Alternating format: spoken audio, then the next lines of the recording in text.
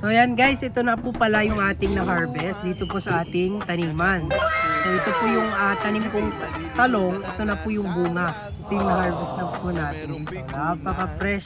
Lalo na rin nung unang niligawan, unang kabiguan, at dyan nagsiseryoso ang usapan at pagdadamayan na tunay at tapat na kaibigan. O mga buwang o kaibigan, lubang maaasahan. Napaka-fresh at marami tayong pwedeng mailuto sa bunga na ating na-harvest ngayong araw. So alam nyo ba na ang talong ay mayaman sa vitamin A, vitamin B, vitamin C at nakakatulong ito sa mga nagbabawas ng timbang. Bakit po? Kasi mayaman ito sa fiber. Hi guys! So mapagpalang araw pong muli sa ating lahat. So for today's video nga po pala guys, tara samahan nyo nga po pala ako dito mag-harvest ng ating tanim na talong. So meron na nga po pala tayo ditong scissor at syempre ang ating maiwagang basket kung saan po natin ilalagay yung ating harvestin na talong. So tara samahan nyo ako ngayong araw na mag-harvest ng ating tanim na talong.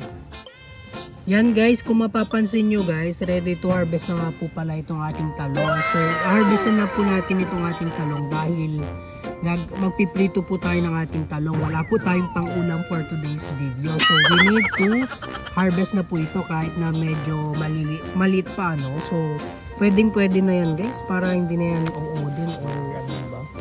So, ilalagay lamang po natin yan sa ating maywagang basket.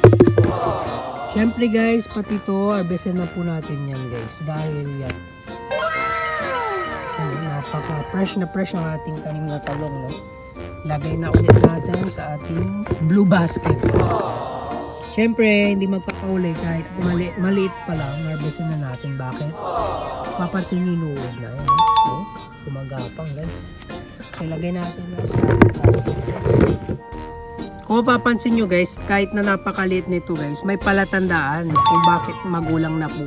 Kung bakit pwede na natin siyang harvestin. Kasi magulang na po siya kapag may mga ganto-ganto na sa kulay ng kanyang balat or ganyan. It means magulang na yung ating tanim na talong. Ay bunga ng ating talong kahit na ganyan, maliit pa siya. So harvestin na po natin at ilagay na po natin sa ating maywagang basket. Alright, so napakaganda rin na ang cute tignan nitong maliit na bunga ng ating tanim na talong. Kasi tignan nyo guys, oh. Maliit pa lang pero magulang na guys. Hey. Ayan, so harvestin na din po natin to guys. Ready to harvest na itong mga to. Pag nakita nyo medyo matataba na at meron siyang ganyan-ganyan talaga. Ready to harvest na po yan. Lagay na po natin ito sa ating basket. Ayan guys, so ito, mapapansin nyo ready to harvest na nga din po pala to guys. So ikat na po natin ito. Alright. Lagay na sa ating basket. So yan guys, harvestin na din po natin to guys. Alright, so napakasaya ko guys dahil naka-harvest tayo ng mga gantong mga bunga ng ating pinaghirapang tanim na talong. So yan guys, ito na po pala yung ating na-harvest dito po sa ating taniman. So ito po yung tanim kong talong, ito na po yung bunga. Ito yung na-harvest na po natin guys. So napaka-fresh, very fresh pa sa jowa mo. Hindi joke lang. So napaka-fresh at marami tayong pwedeng mailuto sa bunga na ating na-harvest ngayong araw. So alam nyo ba na ang talong ay mayaman sa vitamin A, vitamin B, vitamin C at nakakatulong ito sa mga nagbabawas ng timbang. Bakit po? Kasi mayaman ito sa fiber. Kaya sa mga nagbabawas ng timbang dyan, nagda-diet, samahan nyo po ito ng gulay or samahan nyo po ito ng talong. Yung pagda-diet nyo, yung lifestyle nyo. Kasi nakakatulong to sa pagbababa ng inyong mga timbang or weight. Okay?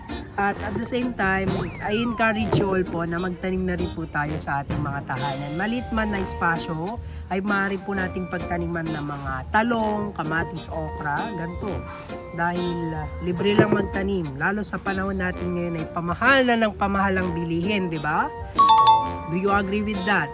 syempre pamala ng bilhin, anong gagawin? Magtanim tayo ng sarili nating pagkain. Alam nating fresh, at the same time makakatipid pa po tayo at nakakatulong ito sa ating overall health, di ba? Makakatulong sa ating kalusugan. Ano pang ginagawa nyo? Ano pang inaantay nyo? So, magtanim na rin po tayo para makapag-harvest na po tayo ng ating mga bunga ng pinaghirapan po natin. Yan lamang ang aking may babahagi sa video na ito. Thank you so much po sa panunod and God bless us all. Pagpalain po tayo ng ating Panginoon.